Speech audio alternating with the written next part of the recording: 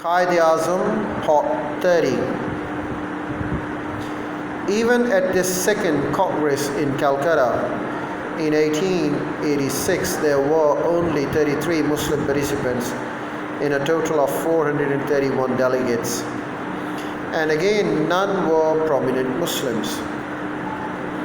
Sayyid Ahmad came into an open conflict with the Congress from 1887. For the third Congress, Badruddin Tayyabi had been invited to chair the session and several students from the Muhammadan Anglo-Oriental College, Aligarh, were likely to attend the session. In consequence, the proportion of Muslim participation improved markedly. This alarmed Sayyid Ahmad Khan, who in a public speech delivered on 28 December 1887 sketched the first outlines of his Muslim policy. He categorically warned against the disaster that the Muslim would quote if they supported the Congress.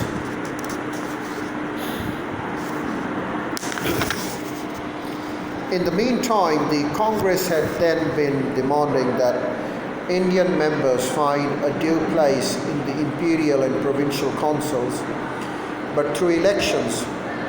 For Sayyid Ahmad, this meant representation in the councils only by the majority. The Hindus, and this too permanently. It is in this context that he, for the first time, asserted that the Muslims were a separate people and a separate nation. For these views, statements and such activities, Sayyid Ahmad Khan was trenchantly criticized by Lala Lajpat Rai. Late in 1888, Lalaji accused Sayyid Ahmad of going back on his earlier statement, also that Congress had demanded nothing more than what Sayyid Ahmad had himself advocated in his book, The Causes of Indian Revolt, and also accused Sayyid Ahmad of opposing the Congress just so as to flatter British officials. In 1893, Sayyid Ahmad founded the Muhammadan Anglo-Oriental Defense Association to protect the political interest of Muslims.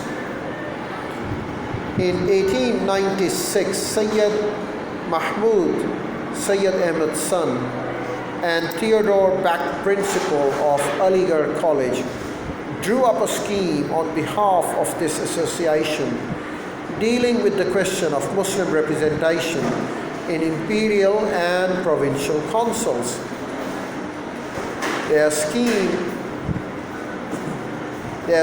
asked for parity representation not just in these higher councils, but also in the municipalities and districts, and where the Muslims total 25% or more of the population.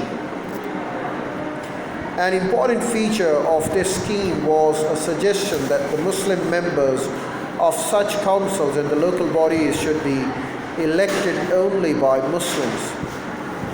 The Muslim press, not surprisingly, welcomed the scheme.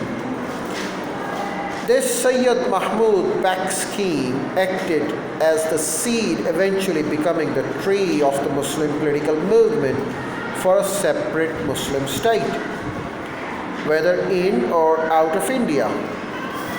The other significant personality of those times, almost contemporaneous with Sayyid Ahmad, was Sayyid Jamaluddin al-Afghani, 1839-97.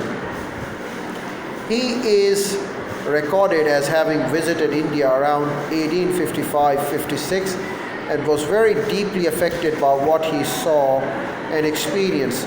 It is perhaps this visit to India that eventually covered him into becoming a bitter critic of the British rule, a transformation no doubt caused by what he later heard about 1857. That is why For Afghani, Sayyid Ahmad Khan was like a partisan of his great enemy, the British, which is why he could not, rather just would not, accept what Sayyid Ahmad Khan stood for or represented.